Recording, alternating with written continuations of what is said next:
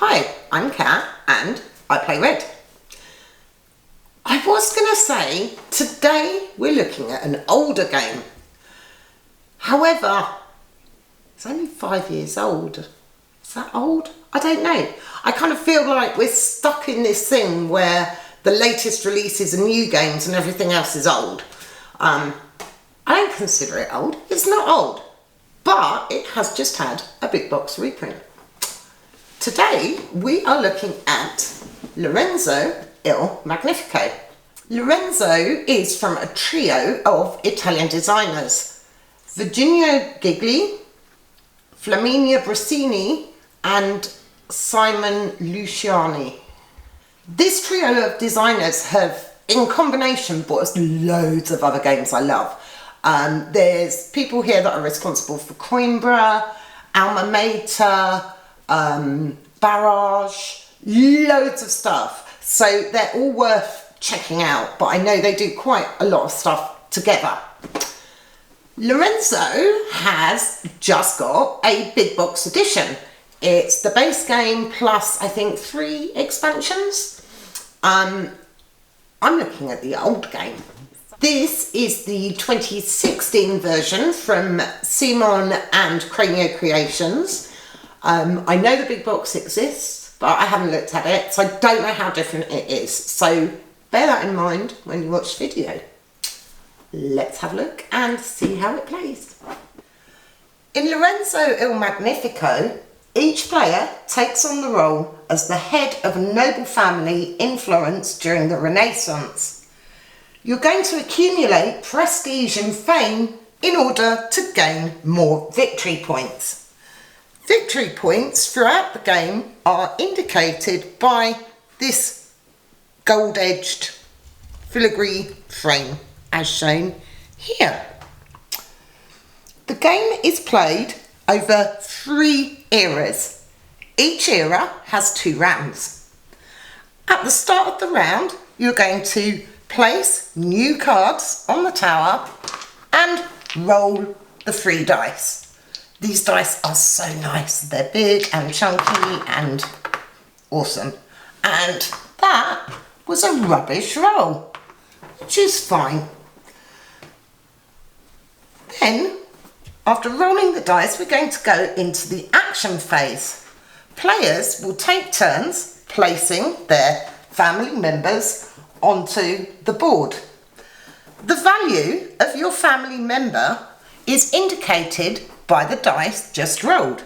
So, for this particular round, this family member is worth 5. This one has a value of 2. The white has 0. And our neutral family member, that we'll talk about in a bit, is also 0. The value of family members can always be increased by using servants. These little dudes will add +1 to the value of your family members. Each of the spots on the board where you can place workers have a number. This indicates the value of the worker needed to place here. So here you need a worker with a value of 1. Here 3, here 5 and here 7. The main bulk of the board is the towers, where the development cards are. There are 4 different types of development cards. Green, which represent the territory cards. Blue, which are your character cards. Yellow, for your buildings, and purple for your ventures. Most cards will have an immediate effect that happens when you buy the card. So here you immediately get 5 points. Here you immediately get 1 church point. Here you get 5 military. So most cards have that, as well as the main effect at the bottom of the card. Let's have a look at the 4 different types of development cards available on the board and how to get them. In this column here, we have the territory cards. These have no cost, and you're going to take these and place them on your player board. Now, the first two are free to place. However, as you start getting more, you need to have a specific military skill as shown on the player board. So for your third one, you need 3 military points, then 7, then 12, and then 18. Your green territory cards are activated with the harvest action, the little axe here, and they'll give you victory points at the end of the game if you have enough of them on your player board. Next up, we have the character cards, the blue ones here. These cards always have a cost in coins. These usually have a permanent effect and will sometimes have an immediate effect. These cards, you pay for them and put them on the side of your player board in the space here. These will also give you points at the end of the game depending on how many you have. Next up, we have the building cards, the yellow ones. These have a cost that will be resources and or coins. These you'll pay the cost and place on the top of your player board, and these will be activated with the production action represented by this little cog. The last type of cards are the venture cards. The cost for these can be resources or coins. It might even be a requirement in military points. Some of them will require you to have a certain value on the military track and pay points off it. Of course, none of the ones we have out here do. That's how it goes. So again, you pay the cost.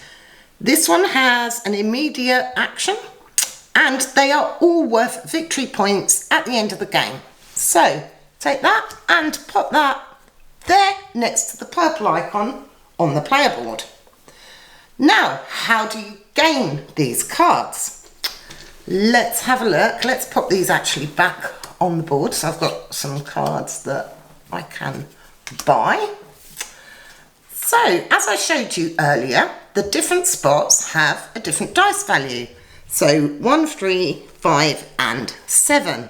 So you must place a worker with that value on the space. So let's put this worker here. So I have a value of 5 with this dice.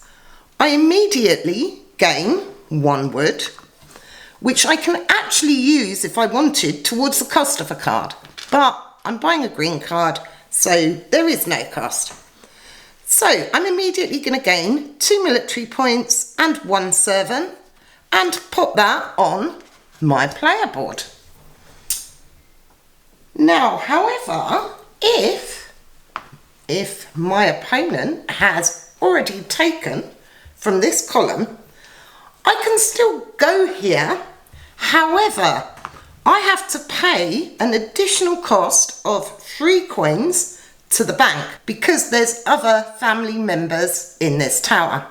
So I'd have to pay 3 to the bank and the 4 for the cost of this card to take it. You can never have 2 family members of the same colour in the same column.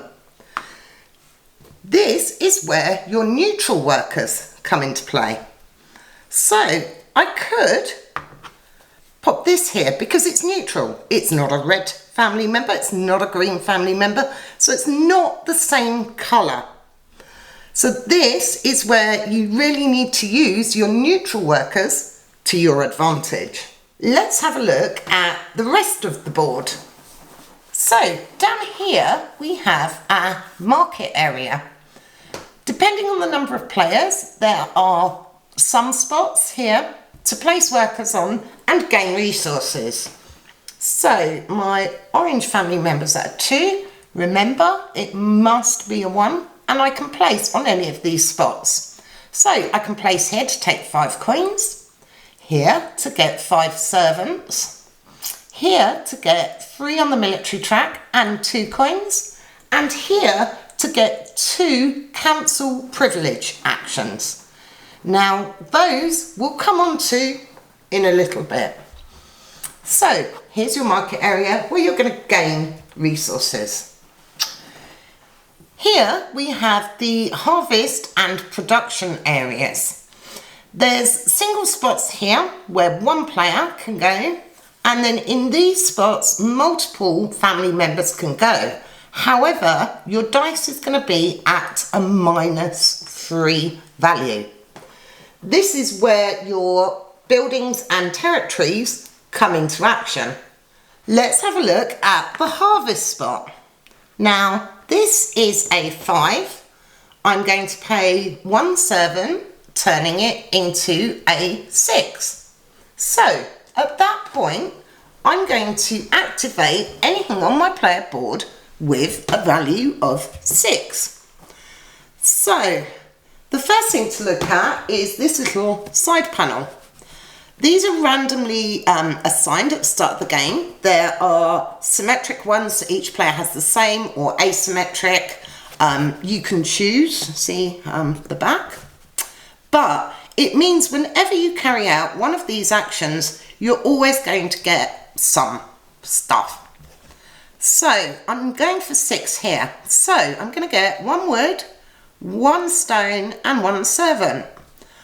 Also, I'm going to get 1 church point and another stone. So if I have loads of cards here, I could activate all of them. Let's just pop some more here for funsies. As long as the number was high enough. So I have a 6, I'd activate all of these cards. So you can see how the game builds up as you go on. Let's take a look at the production slot. Again, there's a single player space here and a multi one here, but I'm going to go there with my 2, which means I'll activate anything that is a 2. So again, I'm going to get my 2 coins and 1 military, but I can also then trade 1 coin for 1 church point. The one thing with your production buildings is I couldn't use these 2 coins to activate that. You can only actually use goods you already have in your supply to activate any production buildings you have. The last spot on the board to talk about is the council palace. There's one big space. You can have multiple family members in there. The one restriction is that you place workers from left to right. So if I place there and then Green came along and placed there, he'd have to place to the side of me. Now placing here will get you 1 coin and 1 council privilege, which is represented by this little scroll. Now when you take council privileges, you have a choice of what you can take. You can take either 1 wood and 1 stone, 2 servants, 2 coins, 2 military points, or 1 church point. The other important thing to notice here is that any family members in here will affect turn order for the next round. So for now, we'll just leave them sat there. Once all players have placed their 4 family members and done the associated action, it's the end of the round. Now, at the end of rounds 2, 4 and 6, there'll be a Vatican report, which is shown on the church track here. So, at the end of round 2, this will be our first report, then round 4, then round 6. So, at the end of round 2, we have to check and see if players have reached the required number of faith points for the church. Now, here, the red player has. I can choose to support the church by paying these faith points and gaining victory points according to the track here. So I'm going to do just that, and I get 4 victory points. However, the green player here hasn't met the requirement for the church. So we put one of their green cubes here, and now when they harvest, they're at a -3 penalty. So the church track is actually really important because these excommunication tiles are horrible and you really don't want to be affected by any of them. So this is end of round 2, end of round 4 and end of round 6. So each player has these 3 little cubes that hopefully you'll never use, but in theory they go on there if you don't meet the requirements shown. So keep an eye for that. After completing the Vatican report, if there is one, you're going to clear all the cards from the board. So all of these go, all of these go, and they will get replaced with cards from the deck. Oh, it said they've all merged into one big pile. So, oops, upside down.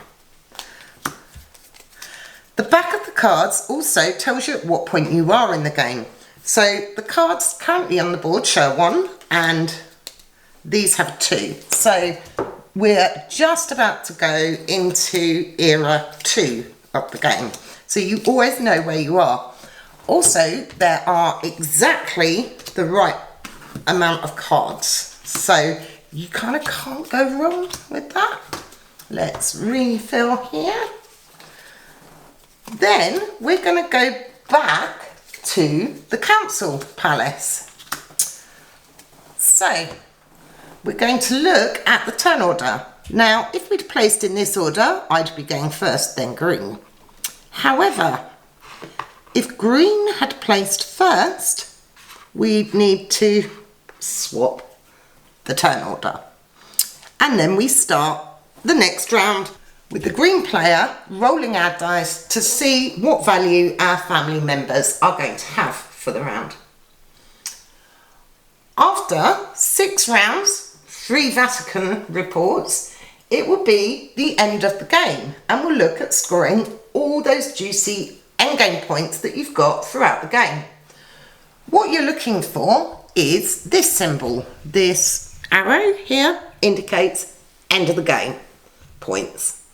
So, points you're going to get are from your territories if you've gone high enough to get this 1, 4, 10 or 20 points. Your blue character cards will score you according to how many you have. Your purple venture cards, look, oh quick, we've got some, will have end game points. And then you're going to score the military track. There's a little reminder here. So the player who's highest will score 5 points and the player in second point will score 2 points. The last thing you'll need to score will be any resources you have left. So resources include wood, stone, coins or servants. And you can trade 5 of anything in for 1 victory point. So here I'd have 1 point because there's 5 there. And there's another 5 there and leaves me with not 2. So I'd score 2 points at the end of the game. Lorenzo is a really solid midweight game. The only thing I find a little bit fiddly is the cards, but if you can get into a good kind of rhythm with them, however you want to do it, you do you, works. There's a lot going on, there's a lot of little symbols, but honestly, once you've played it once or twice, you know what you're doing. There's also really good reference guides to stuff that might be a little bit more tricky. Bearing in mind this is the 2016 version, so I don't know how much difference there is between the new big box. The one other thing that we didn't talk about is there is some little advanced rules. So in this, you're going to get a deck of leader cards. Now you can draft these at the start of the game. Each one has a requirement at the top. So this particular guy requires you to have 2 blue cards and 4 yellow cards out. But then once per turn, you can gain 3 servants and 1 point. So these are really strong. They actually recommend these as an advanced game. I quite like them in the fact that they give you something to aim for.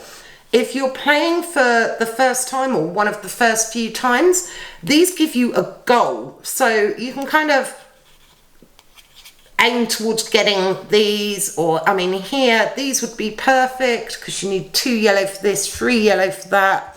So they give you an aim. Otherwise, you can be a bit aimless almost in this because there's a lot to do. And of course, there's only 24